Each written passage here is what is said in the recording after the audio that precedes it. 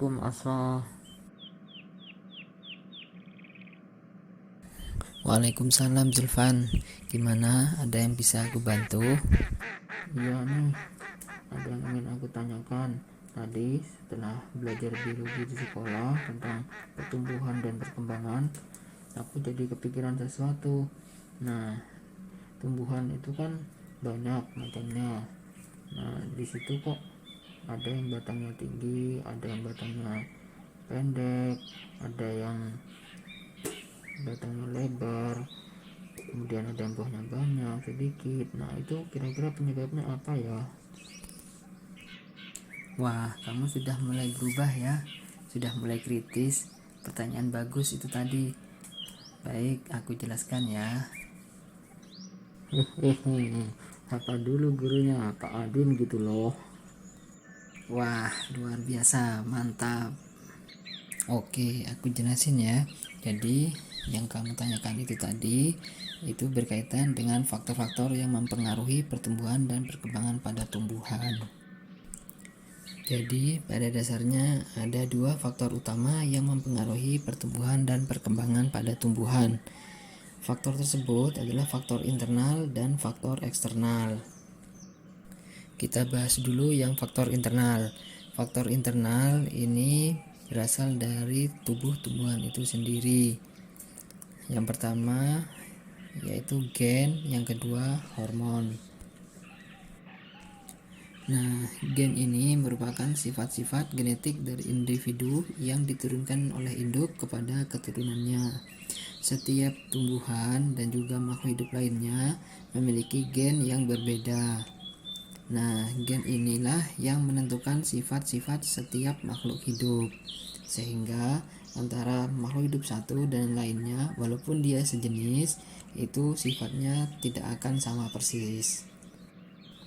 Berikutnya faktor internal yang kedua yaitu hormon. Hormon merupakan substansi organik yang berperan sebagai sinyal kimia yang menyebabkan berbagai respons pada tumbuhan. Nah, dengan sifatnya ini, hormon juga sering disebut sebagai zat pengatur tumbuh. Jadi faktor internal itu ada dua ya, gen dan hormon. Terus apakah hormon pada tumbuhan itu sama dengan hormon yang ada pada manusia dan hewan? Tentu saja tidak sama. Hormon pada tumbuhan berbeda dengan hormon yang ada pada hewan dan manusia.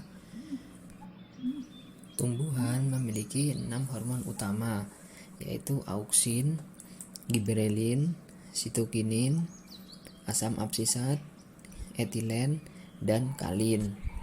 Hormon tersebut memiliki fungsi-fungsi yang berbeda.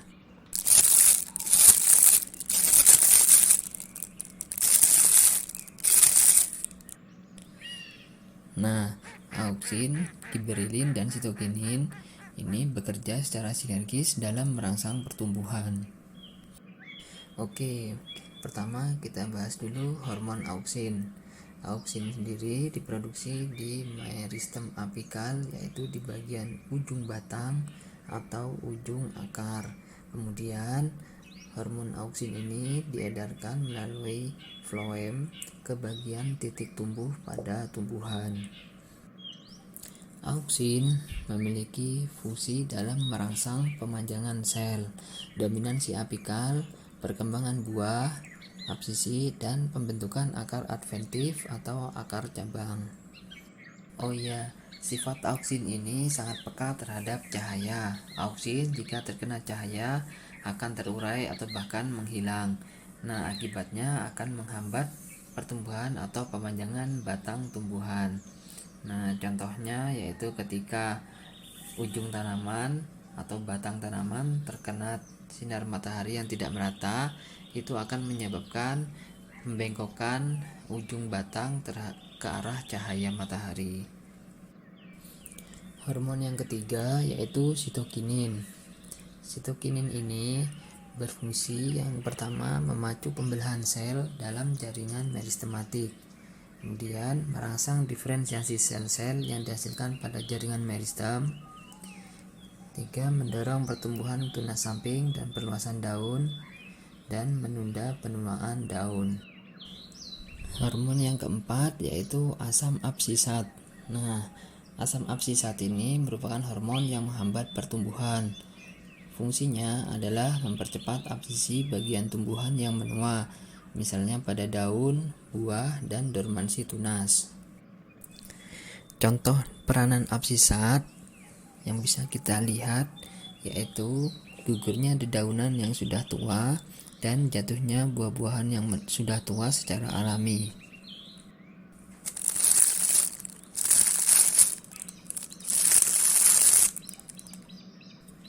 Hormon yang kelima yaitu etilen. Nah, hormon etilen ini berfungsi dalam merangsang pematangan buah.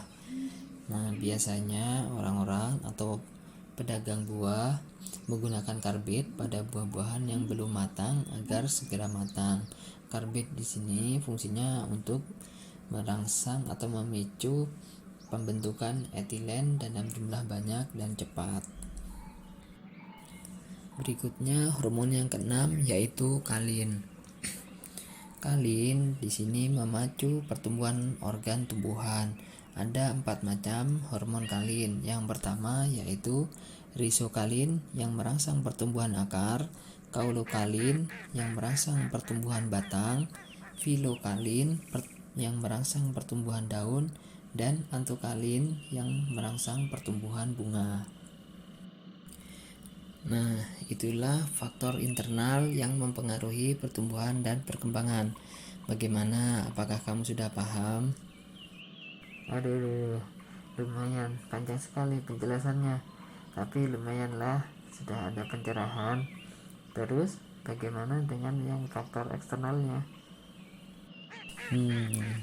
Oke, sekarang aku jelaskan yang faktor eksternal. Faktor eksternal merupakan faktor luar yang mempengaruhi pertumbuhan dan perkembangan pada tumbuhan. Nah, faktor eksternal ini meliputi nutrisi, air, cahaya, temperatur, pH, oksigen, dan kelembapan. Untuk nutrisi pada tumbuhan berdasarkan banyaknya jumlah unsur mineral yang dibutuhkan, maka dibedakan menjadi 2, yaitu makronutrien atau makroelemen dan mikroelemen atau mikronutrien. Makronutrien merupakan unsur mineral yang diperlukan dalam jumlah banyak oleh tumbuhan. Nah, makronutrien ini meliputi karbon, oksigen, hidrogen, nitrogen, magnesium, kalsium, kalium, fosfor, dan sulfur. Sedangkan mikronutrien merupakan unsur mineral yang diperlukan tumbuhan dalam jumlah sedikit. Nah, unsur mineral ini meliputi besi, klorin, tembaga, seng, nikel, boron, dan molibdenum, dan juga mangan. Faktor eksternal yang kedua yaitu air. Sebagaimana makhluk hidup yang lainnya, tumbuhan juga tidak mungkin hidup tanpa air. Nah, beberapa fungsi air bagi tumbuhan yaitu sebagai bahan baku untuk fotosintesis, mengaktifkan reaksi enzimatik, menjaga kelembapan, dan membantu perkecambahan pada biji. Kemudian faktor eksternal yang ketiga yaitu cahaya. Cahaya merupakan sumber energi utama yang sangat penting untuk proses fotosintesis. Akan tetapi, umumnya cahaya juga menghambat pertumbuhan tinggi tumbuhan karena cahaya dapat menguraikan auksin.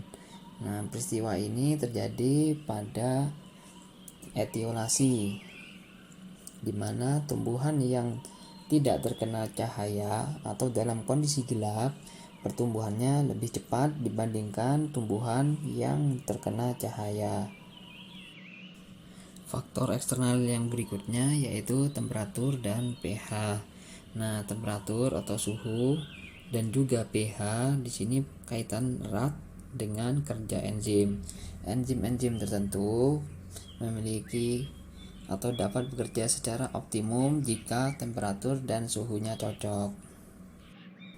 Lalu faktor eksternal yang terakhir yaitu kelembapan.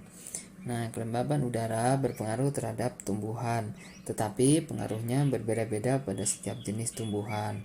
Namun pada umumnya tanah dan udara yang lembab memberikan pengaruh yang baik untuk pertumbuhan. Keadaan yang lembab menyebabkan air yang diserap oleh tumbuhan menjadi lebih banyak. Sebaliknya, air yang diuapkan menjadi lebih sedikit. Nah, keadaan ini mendukung aktivitas pemanjangan sel-sel untuk mencapai ukuran maksimum sehingga tumbuhan lebih cepat menjadi besar. Nah, itu tadi penjelasan tentang faktor-faktor internal dan eksternal yang mempengaruhi pertumbuhan dan perkembangan. Untuk lebih jelasnya lagi, silahkan baca buku paket biologi kelas 12 atau bisa tanyakan langsung pada guru biologi masing-masing ya. Oke, terima kasih atas penjelasannya ya Asra. Semoga besok ketika ujian aku bisa mengerjakannya dengan lancar. Kalau gitu aku mau pulang dulu ya, mau belajar lagi untuk persiapan sekolah besok. Assalamualaikum warahmatullahi wabarakatuh. Waalaikumsalam.